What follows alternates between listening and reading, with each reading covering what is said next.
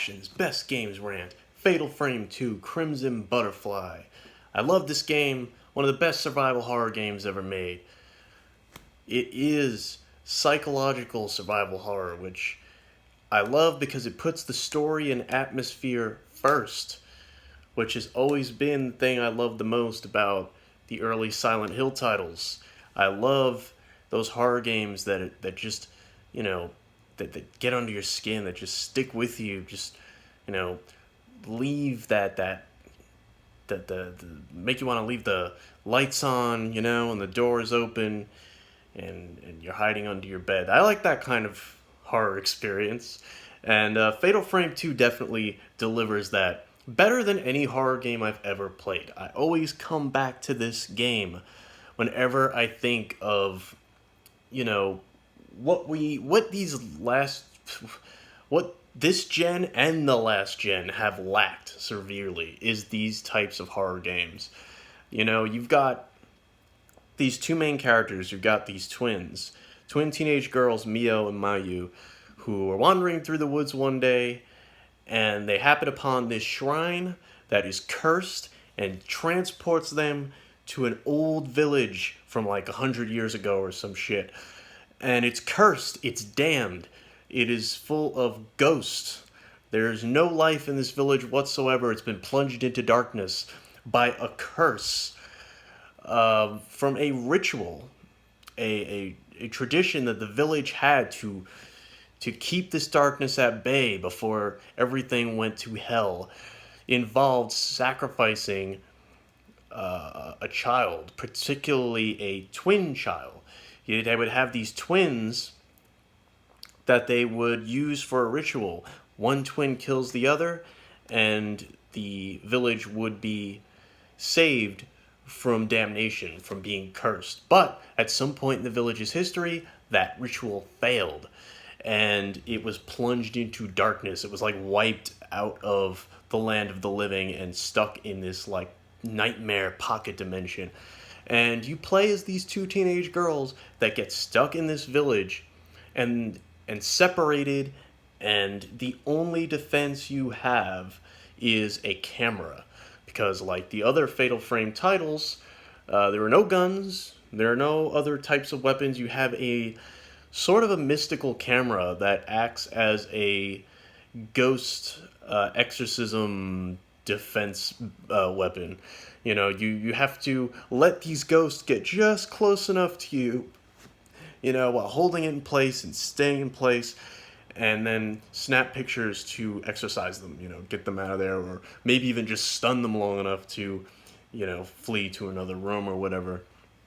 That is the Fatal Frame experience, of course, but Fatal Frame 2 is, in my opinion, the best one in the series. It has the perfect setup, the perfect horror premise, where you're playing as this sister who, again, it's the twin sisters. One of them has to find the other.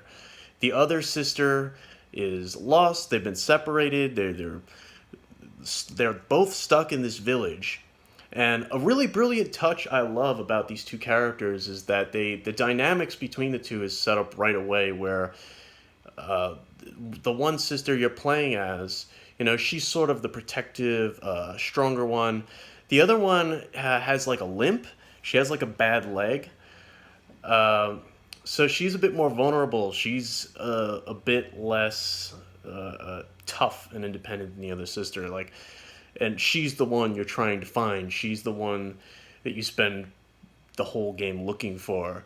And to make matters worse, she may be possessed by the village, and being that both girls are being used by this village, by the ghost of the village, to finally put them to rest. They need the ritual to be done once again. And so that's why they're trapped in this village. They've been chosen, as a last resort to finally do the ritual once more and free these souls. But of course, that would involve one sister sacrificing the other. And so your sister is being, led to this ritual, and you have to find her before it's too late. It is a creepy as fuck game, if that premise doesn't sound creepy enough. The village itself is just perpetually dark. It's always night, and you're exploring all these homes and all these like uh, mansions throughout this big old Japanese village. And the ghosts are creepy as fuck. They're not particularly hard to kill. It's not super challenging game necessarily. There are a couple that will kill you in like, if they touch you once, but for the most part, they're just unsettling, and the game has this great melancholy tone to it. They're all tragic figures. They're all the whole town is full of cursed inhabitants that were cut off from the land of the living and are just eternally suffering. So it's an awesome experience just for that alone. I've always liked the camera mechanic in Fatal Frame. I always thought it was a cool idea, but to have this story of this inevitable doom kind of hanging over these sisters and hanging over this whole game. I remember having a hard time even finishing it, getting to the end because of just how like oppressive and like grim this game's tone is and its atmosphere. And it's great. Exploring the village is really enthralling. You're learning about the lore of this screwed up ritual and the other twins, the souls of other twins that had to do this ritual in the past to keep this curse from happening, and just a lot of really fun kind of rustic horror stuff, really old school, you know, stuff like that. It's really cool. I love the atmosphere. I love the sound design. I wish this game was still available today. There's no remasters. There's no Steam release or anything. It originally was released on PS2. They did have a director's cut on Xbox with this really cool like first person gameplay mode. The graphics were slightly better, and I think it had some improved sound as well.